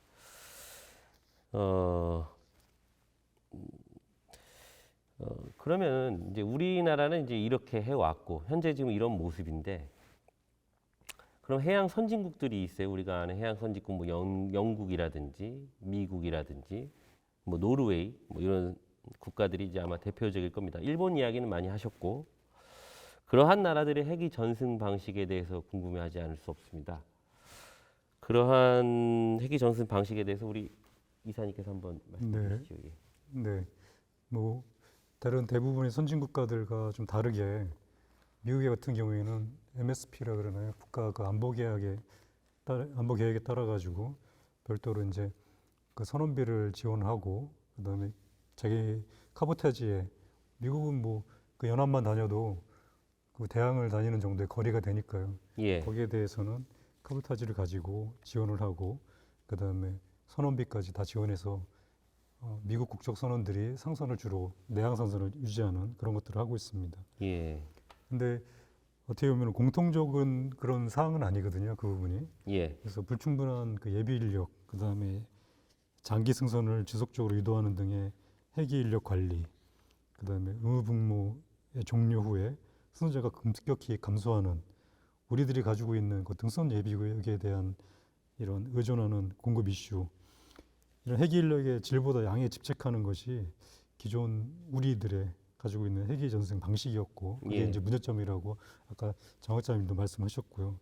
그래서 반면에 대부분의 해운 선진국들은 병역 부분을 제외하면 우리나라와 크게 다르지 않았습니다. 예. 그래서 대체적으로 유럽 선진국들은 그 어떤 사례를 본다 그러면은 소득세 감면, 그 다음에 또 감면 또는 면제, 그 다음에 교육훈련, 교육훈련비에 대한 보조, 그다음에 배승 요건의 완화, 그리고 사회보험료 지원, 그다음에 귀국비 보조, 그다음에 자국선언 고용 시에 임금 보조, 이런 대부분의 유사한 지원 정책이 거의 대부분 비슷했습니다. 예.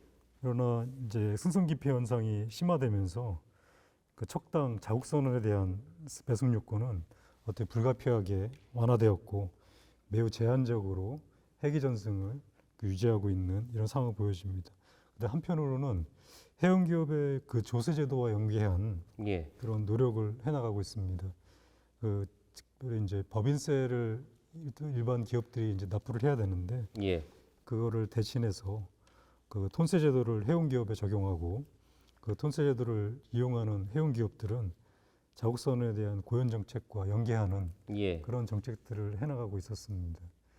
그다음에 이제 아까 병역 제도를 말씀을 계속 하셨는데 제가 2009년도 말에 그 코로나가 이제 대유행이 되기 전에 일본을 방문해 가지고 한일 간에 얘기를 할 기회가 있었습니다. 예. 그때 선원 이슈를 논의를 했었는데 저는 한국 상선대의 2배에 달하는 그런 내수 시장을 가지고 있는 일본의 해운 조선을 부러워했었고요. 예. 일본 선주들은 자국선언의 비중을 유지하고 해계 전승을 해나가고 있는 우리나라를 부러워했습니다. 그러면서 그 원인의 하나가 무엇이냐 이렇게 따져봤을 때 어떻게 남북에 대한 분단과 그에 따른 대체복무제도라는 생각이 들었습니다. 이런 대체복무의 이슈를 어떻게 뛰어넘는 이런 미래 비전을 가져야지만 우리가 지금 이 난국을 좀 헤쳐나갈 수 있지 않겠나 예. 하는 생각을 그때 가지게 됐었습니다. 예. 요약을 한다면 이제 외국의 이런 제도들이 사실 우리나라의 어떤 그런 지원 제도나 고용 정책 제도와 특별히 다르지 않았다. 이렇게 요약을 할 수 있고, 특히 일본 같은 경우에는 이제 우리의 대체복무 제도를 좀 부러워하는 편이었다. 뭐 이렇게 이야기를 해 주셨습니다.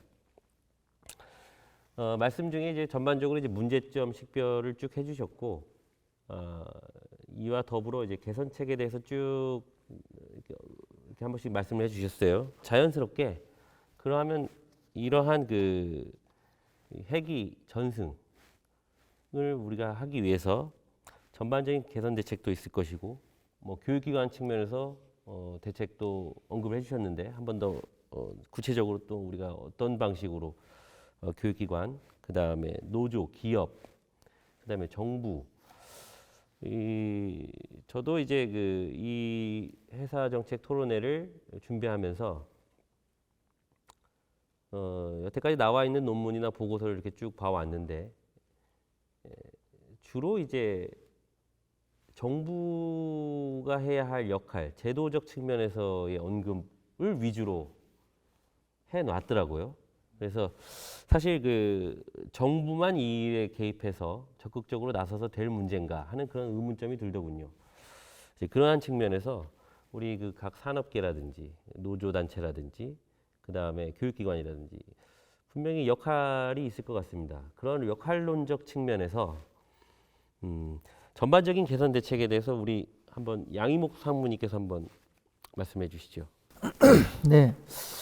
먼저 우리 회계사협회에서 생각하는 그 회계 전선과 관련된 핵심 좀 포인트가 좀 몇 가지가 있습니다. 그 중에서 우선은 상급 회계사의 자체 육성이 불가피하다.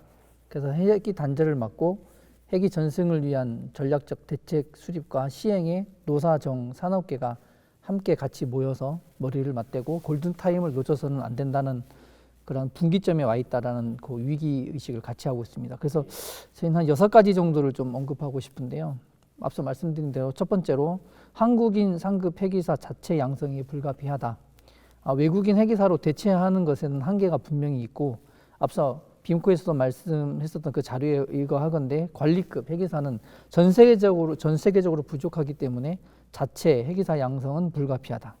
두 번째는 상급 회계사 육성 및 수급 안정 방안에 대한 시행이 필요하다.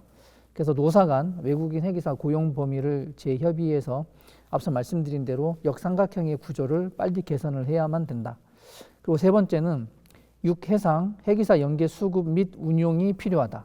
그래서 선원의 이직 및 경력 개발 프로그램 CDP를 운영을 하고 회계 인력에 대한 인식 변화와 국가적 인적 자원 관리가 필요하다. 특히 회계사 면허 제도 개선을 통해서 1급 회계면허를 조기 취득할 수 있도록 해서 장기 승선 내지 육해상 진출 시 메리트를 제공할 수 있어야 된다라고 말하고 싶습니다. 그리고 네 번째로 차세대 선박, 특히 스마트십이나 자율운항 선박에 부응하는 회계사 육성이 필요로 하고, 다섯 번째, 회계 전승을 위한 노사정학 산업계의 공동 대응과 추진이 필요하다.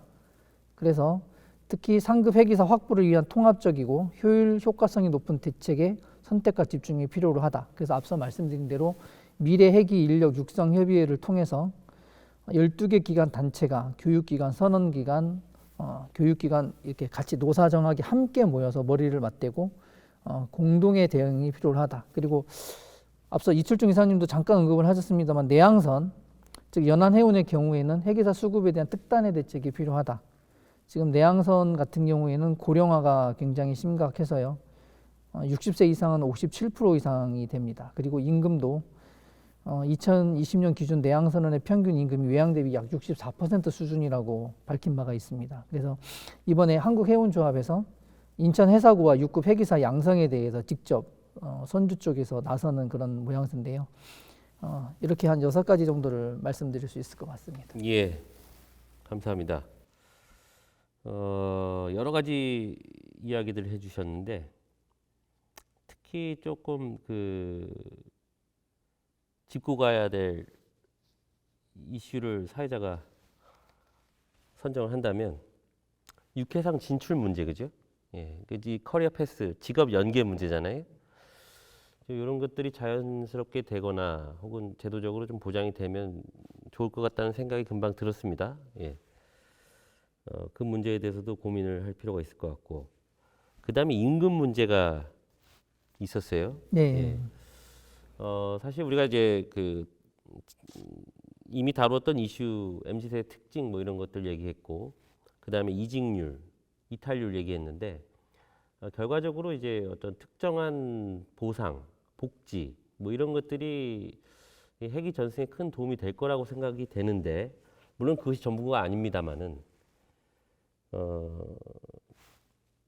우리 한국 선언의 임금 구조나 평균 임금 구조, 그 다음에 이런 거를 국제적으로 대비해 봤을 때 좀 어떤가요? 우리나라 수준은? 네.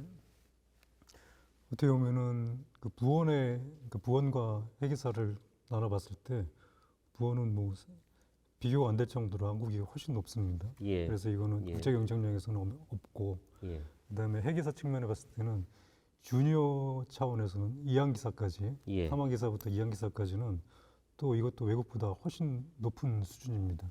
네. 뭐 우리나라가 선진국이기 때문에 그런 부분도 있겠죠. 예. 그런데 이제 또 한편에 또 그 한편으로 보면 관리급 회계사, 예. 이제 일항기사하고 선기장이 되겠죠. 예. 그런 측면에서 보면은 거기는 전 세계가 다 부족하고 거기에 대해서는 또 많은 서로 스카웃에 대한 부분들이 있습니다. 따라서 예.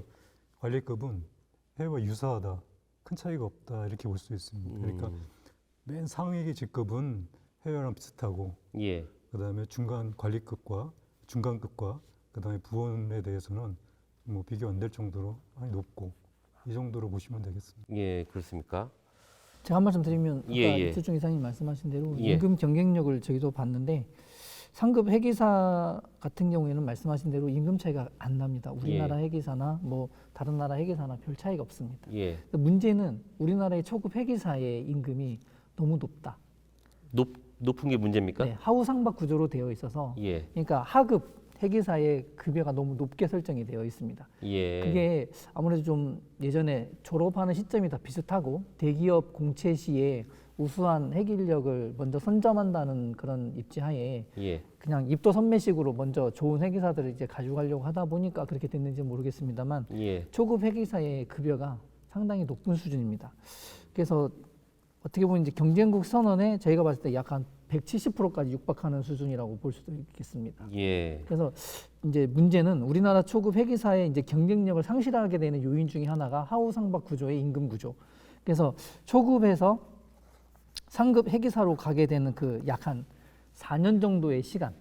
그러니까 3항사, 2항사 마치고 2항사에서 1항기사까지 올라갈 수 있는 그 약 한 3, 4년의 그 시간을 징검다리 역할로 해서 노사정이 함께 어떤 임금을 보존해 준다든가 예. 아니면 아까 말씀드린 어떤 경력 개발이라든가 새로운 비전을 제시해서 이끌어갈 수 있는 그 시간적인 그다음에 비용적인 부분을 같이 머리를 맞대야 될 필요가 있습니다. 예.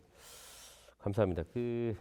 얼핏 들어서는 우리 시청자분들도 그렇고 뭐 저도 그렇고 이해가 안 갈 수 있을 것 같은데 왜냐하면 관리급 회계사는 이제 시장 논리가 있는 것 같아요. 보니까 아무래도 부족 현상이 전 세계적으로 다 있다 보니까 이제 그 임금 구조라든지 이게 어느 정도 시장가가 맞춰져 있는 것 같습니다. 그러나 주니어가 외국보다 높다 이렇게 돼 있어요. 그러면 더 선호하고 막 이래야 되는데 부원도 그렇고 이제 또 외국보다 높으면 당연히 한국 선원으로서 어떤 임금 경쟁력이 있다라는 의미잖아요. 그럼에도 불구하고 어떤 이렇게 진급을 하는 상위급으로 올라가는 그 과정에서 또 임금 보조가 필요하다 이렇게 말씀해 주시니까 선뜻 이해가 안 가거든요. 그 다음에 이제 경쟁국의 이제 170% 수준이다 이렇게 말씀해 주셨는데 여기서 말하는 경쟁 국가는 어느 나라를 말씀하시는 거죠? 그래서 뭐 인도라든가 필리핀이라든가 예. 우리 같은 선원 송출국 같은 예. 경우에 송입국 같은 경우에 예. 그렇게 임금 수준으로 이제 비교를 해보시면 되겠죠. 예, 선언국을 네. 의미하는 거네요. 선언국. 예. 근데 이제 그런 선언국은 사실 이 국가 이 성장이라든지 개인 1인당 GDP나 이런 부분이 지금 우리나라보다 좀 많이 낮지 않나요? 근데 그걸로만 평가를 할 수 없는 게 예, 핵이사라고 하는 능력 자체가 예. 예. 이미 국제적으로 이렇게 스탠다드화 되어 있는 어떤 기술 능력이기 때문에 네. 우리나라 핵이사만 그런 능력을 갖고 있는 것이 아니라 예. 이제 필리핀이든 미얀마든 이제 어떤 그런 능력을 가지고 있느냐 이걸 보고 채용을 하는 거기 때문에 예. 우리나라 선언이라고 해서 똑같은 핵의 능력을 갖고 있는데 우리나라 선언만 예를 들어서 더 많이 달라라고 한다면 예. 이제 선주사나 선박관리사 쪽에서는 우리나라 선언보다는 예. 동일한 능력을 갖고 있는 이제 상대 경제국가에 있는 다른 나라 선원들을 먼저 초급 상한을 사용을 하겠죠. 예. 그러면서 결국에는 초급 상한이 이제 고급 상한으로 갈 수 있는 길이 확보가 되면서 결국에는 이제 고급 상한으로 가는데 우리나라 같은 경우에는 초급 상한의 급여가 높다 보니까 예. 우리나라 국적 선대에서 이제 픽업을 하지 않으면 이제 뭐 해외 취업이라든가 이런 부분들도 좀 어렵고 결국에는 상위직으로 올라갈 수 있는 이제 사다리가 이제 힘들어지게 되는 그런 상황이 나오는 거예요. 예. 그러니까 이제 결과적으로 경쟁을 해야 하는 국가가 선진 해운국과 경쟁을 해야 되고 그 인구 구조의 경쟁은 또 선원국과 경쟁을 해야 되는 구조다. 이렇게 정리가 되는 것 같습니다. 예. 예, 감사합니다. 그 전반적인 개선 대책에 대해서 잘 들어봤고요. 그러면 이제 우리 교육기관의 측면에서 그러면은 우리 개선책이나 대책, 전망 이런 것들은 어떤 것이 있는지 이거는 우리 정 학장님께서 먼저 좀 말씀해 주실까요? 예. 오늘 주제에서 다루고 있는 키워드가 되는 핵이 전승이라는 것은 스피릿이 담겨져야 됩니다. 그 스피릿을 가장 잘 인식하고 교육해야 되는 기관으로서는 저는 대학을 들고 있습니다. 대학에서 미래 핵이사들에게 결국은 어떠한 스피릿을 심어주느냐 라는 문제인데요. 이 부분을 결국 우리나라 해운 산업의 어떤 비전 속에서 저는 찾아가야 된다고 봅니다. 우리나라가 해운 세계 탑의 해운국이 되고 또 해운국으로서 유지가 이렇게 되기 위해서는 선원의 역할이 크다라는 것을 초반부에 이렇게 말씀을 드렸었고 핵이 전승의 어떤 필요성 측면에서도 사용자가 있고 산업계가 있고 국가가 있어서 그런 측면에서의 핵이 전승이 이루어지기 위해서 우리가 정책의 어떤 다변화가 이렇게 필요하다라고 말씀을 드릴 수 있고 교육기관 자체는 이런 정책의 바탕 위에서 교육기관으로서의 역할이 주어져야 된다라고 생각을 합니다. 오늘날 그 해양대학의 이런 교육기관의 어떤 정통성은 교육부에 뿌리를 두고 있는데요. 선원 공급에 대해서는 해양수산부가 맡고 있고 또 이 선원의 중요성을 인식을 해서 승선근무 예비역이라는 부분은 이제 국방부에서 제도를 이렇게 지탱을 하고 있습니다. 반면에 교육부에서 내려다보기에는 해양대학이라는 게 어떤 특수 목적성으로서의 해운 인력을 양성하는 기관이 아니라 일반 대학에서 고등교육기관으로서의 간주가 되고 있습니다. 다만 국립학교 설치령에 따라서 우리가 관비 혜택을 받고 있다는 것 외에는 특수목적성이 인정이 되지를 않고 있습니다. 그런 면에서 이 정책의 다변화 측면에서는 교육기관이 핵이 교육기관으로서의 정통성을 살릴 수 있는 뿌리를 내릴 수 있는 그런 보호받을 수 있는 어떤 제도가 추가적으로 조금 필요하다라고 이렇게 느끼고 있습니다. 예, 감사합니다. 그 회기 정신, 그죠? 스피릿 얘기해 주셨어요. 회기 정신에 대한 교육 필요하고 우리 대학 같은 경우에는 그 교육부 산하 조직으로서 양성은 교육부에서 하고 있고 사용은 해수부 산업계에서 사용하고 있는 형국이에요, 그죠? 네. 그 보조적 역할로 또 이제 국방부가 참여를 하고 있고요. 이제 그런 측면에서 아까 그 해수부라든지 교육부라든지 서로 이것들을 인정해서 그러한 지원이 더 필요하다 이렇게 정리를 해주셨습니다. 네, 감사합니다.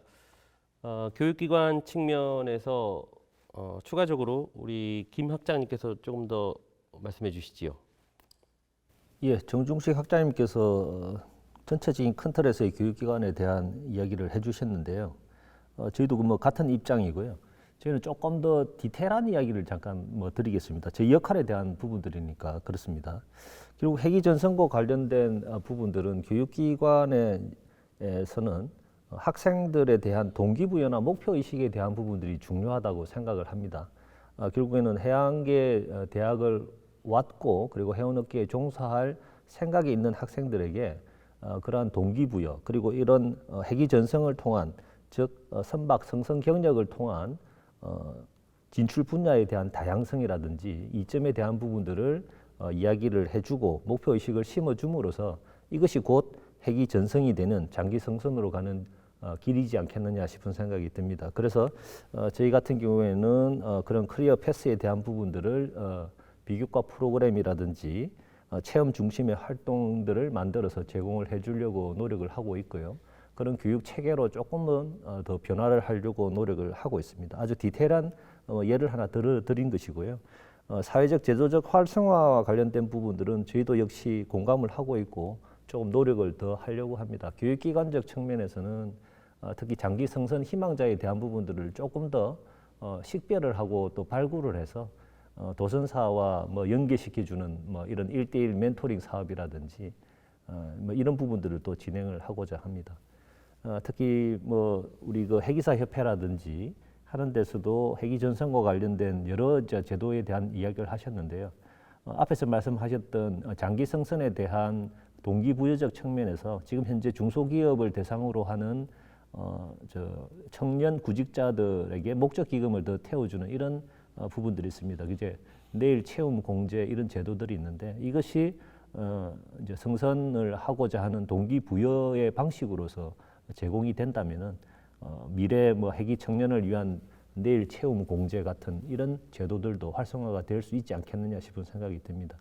간단하게 말씀드리면 5년간 성선을 하게 되면은 추가적으로 목적 기금을 더 태워준다든지 이런 부분들도 상당히 의미 있는 노력 중에 한 개이지 않겠나 싶은 생각이 듭니다. 예, 감사합니다. 금방 이제 그 뒤쪽에서 말씀해주신 그런 그 채용공제 기금 같은 경우에는 교육기관에 있을 때 어떤 보조적 수단으로는 좀 불가능한 거 아닙니까? 그렇지만 이제 홍보적 목적이 되고 이게 아까 앞에서 말씀드렸던 동기부여와 목표 의식을 심어주는 데는 굉장히 큰 도움이 되는 이런 제도인 것 같습니다. 예, 감사합니다.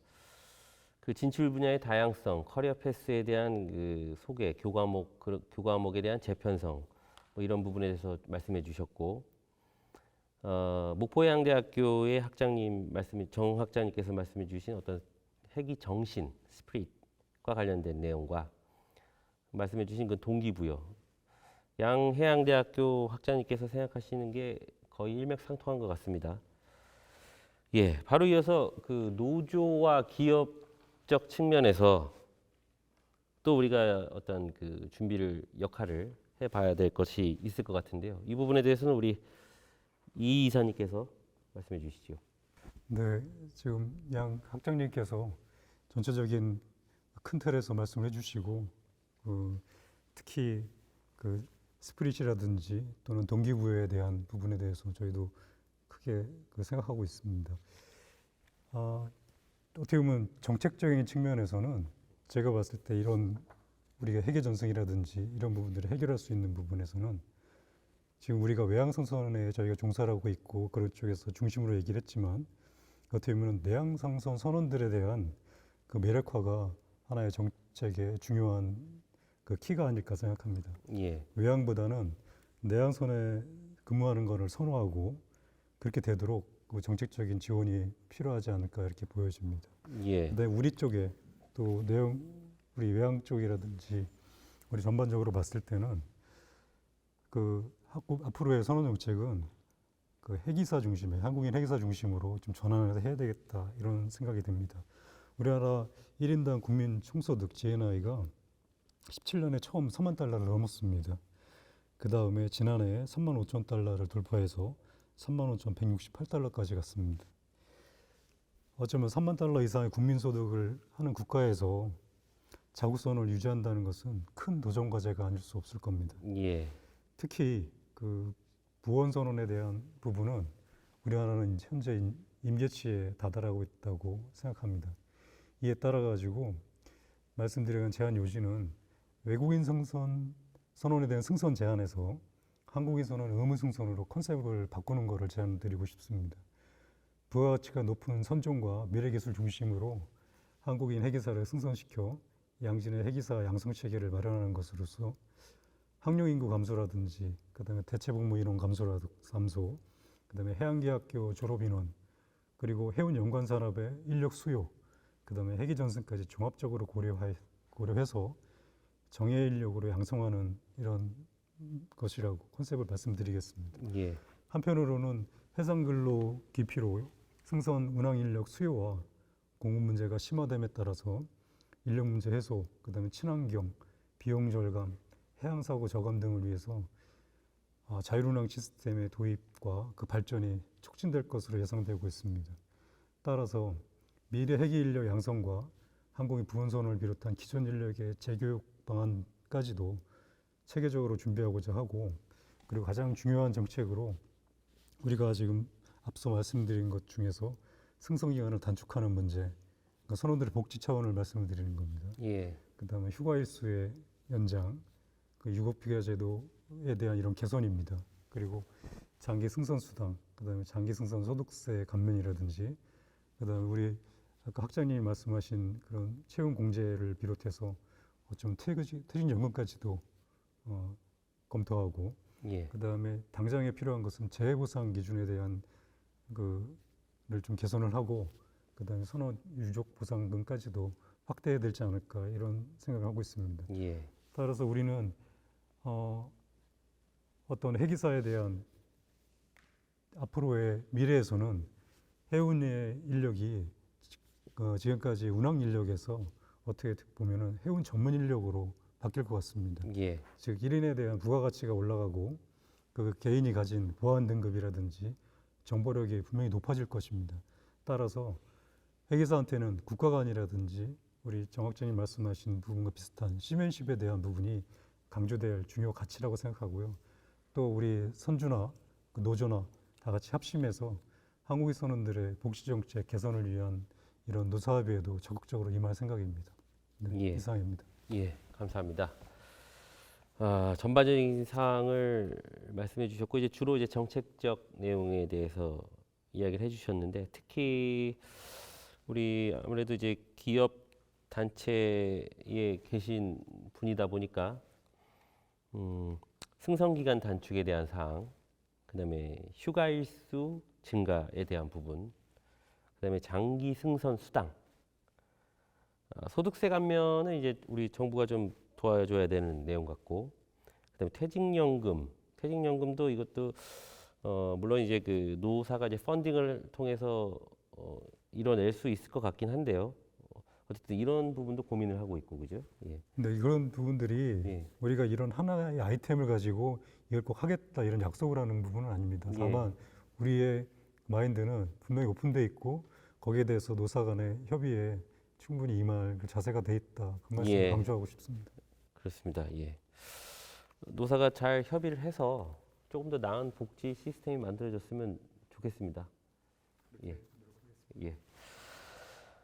바로 이어서 그러면 노사가 해야 될 일, 교육기관이 해야 될 일, 이런 것에 대해서 알아봤는데, 그럼 우리 정부는 도대체 어떤 일을 좀 하면 좋을지, 이 부분에 대해서 우리 김 학장님께서 말씀을 좀 해주시지요. 정부의 회사 정책에 대한 이야기들은 이미 많이 나온 것 같습니다. 거의 나왔다고 보여지고요. 저는 이제 뭐 정부의 부탁을 좀 드리자면은 역시 회사 정책에 대한 부분들은 일관된 시그널을 보내야 되고 그리고 시행을 해야 되는 것이라고 생각을 합니다. 해기전선과 관련된 선언의 역할에 대한 부분들은 이미 해양수산부라든지 각 정부 기관들이 다 알고 있습니다. 해운 산업으로서의 역할, 국가기관 산업으로서의 중요성, 국가안보적 측면에 있어서의 핵심적인 역할. 그런데 그런 부분들을 지원하기 위한 회사 정책에 대한 앞에서 이야기 많이 나왔던 부분들이 일관된 시그널을 보내주고 그것을 믿고 신뢰하고 준비하는 이러한 구성원들에 대한 부분들을 고려를 해주시고 시행에 노력을 해주십사 하는 것이 저의 부탁이고 당부입니다. 네. 예, 감사합니다. 말씀 중에 일관된 시그널을 보내줘라 라는 말씀을 앞에서 말씀드렸다시피 그런 중요성을 인식을 한다면은 정책적인 부분들을 아까 이철중 이사님도 말씀하셨습니다만은 선언을 어떤 식으로 어떻게 해운협회로서 다 끌고 갈 수 있는 상황은 아니지만 그것이 맞다라고 보여진다면은 그것을 정책적인 방안의 입안에 대한 부분들은 제시를 하고 있지 않습니까? 중장기 발전 계획들도 세워놓고 있기 때문에 그 부분들을 지속적으로 계속 정권이 바뀐다 하더라도 계속 변화되지 말고 지속적으로 계속 시행에 매진을 해야 된다 이렇게 이제 말씀을 드린 겁니다. 예. 지금까지 이제 우리가 다뤄보고자 해야 하는 주제들은 다 다룬 것 같습니다. 오늘 그 미래 해운을 대응하는 해기전승 방안 이와 관련돼서 혹시 하고 싶으신 말씀 자유롭게 한 말씀 해주시죠. 네, 예. 저부터 그럼 말씀드리겠습니다. 예. 네, 오늘 이렇게 다양한 의견을 서로 나누고 토론할 수 있어서 너무 감사합니다. 이렇게 각 기관 단체의 다양한 어떤 전략들을 이렇게 공유하고 또 함께 조율하고 효과적으로 어떤 대안을 마련한다든가 시행을 할 필요성이 있겠습니다. 그래서 앞서 말씀드린 대로 정말 성공적인 해기 전승을 위해서는 이게 각 기관 단체가 시행하고 있는 전략을 함께 공유하고 조율할 수 있는 어떤 장. 그래서 저희가 앞서 말씀드린 미래 해기 인력 육성 협의회를 통해서 교육기관 5개 기관과 선주단체 또 한국해운협회와 한국해운조합, 선박관리협회도 들어와 있습니다. 또 선원단체로는 전국해상선원노동조합연맹, 그다음에 한국해기사협회와 한국도전사협회가 있고요. 공익단체로는 한국선장포럼, 그리고 옵서버로는 해양수산부까지 들어와 있습니다. 이렇게 12개 기관 단체가 함께 머리를 맞대고 해기전승을 위한 방안을 마련한다면 우리가 골든타임을 놓치지 않고 해기전승을 할 수 있을 거라고 확신합니다. 감사합니다. 예, 감사합니다. 혹시 다른 분께서도 혹시 하실 말씀이 있으신가요? 예, 제가 예. 혼이 깃든 선언, 해기 전승이 바탕이 되는 이 선언의 미래는 곧 한국의 해운의 미래다라고 이렇게 말씀드리고 싶습니다. 앞으로의 그 국가 정책에 바라는 점이 있다면은 과거의 그 해운재건 5개년 정책 속에서 이 선원 정책에 대한 부분은 미미하였다라고 이렇게 판단이 됩니다. 이제 곧 얼마 안 있으면은 다시 우리나라 해운재건 5개년 정책을 반영을 해서 국가 해운의 어떤 발전을 도모해야 될 것이라고 봅니다만은 그 부분에 있어서는 이 선원 정책, 해운 인력 육성에 대한 정책도 조금 더 폭넓게 수렴을 해서 교육기관부터 시작을 해서 해운 유관 단체들이 소위 인력의 바탕 위에 해기 정신이 깃든 그런 인력의 육성을 어떻게 할 건가라는 것을 국가 100년대계의 관점에서 내다볼 때라고 생각을 합니다. 그런 면에서 저는 정부 정책의 이런 정책의 다변화, 질적인 향상을 위한 정책의 다변화를 요청드리고 싶습니다. 감사합니다. 예, 지금까지 전문 패널들을 모시고 한국의 해기 전승 방안에 대해서 토론해 봤습니다. 참석하셔서 훌륭한 토론을 해주신 전문 패널 여러분들께 다시 한번 진심으로 감사의 말씀을 드립니다. 한국의 해기사들은 과거부터 한국인들만의 진취적인 능력으로 전 세계적으로 인정을 받아왔습니다. 지금도 해양수산 분야 전반에 걸쳐 활약하고 있습니다. 오늘 토론회에서도 다뤘지만 이러한 한국 해기사들을 보호하고 전승해야 하는 이유는 너무나도 당연한 것 같습니다. 아울러 제6차 해사정책 토론회에서 대해서 잠시 미리 예고를 드립니다.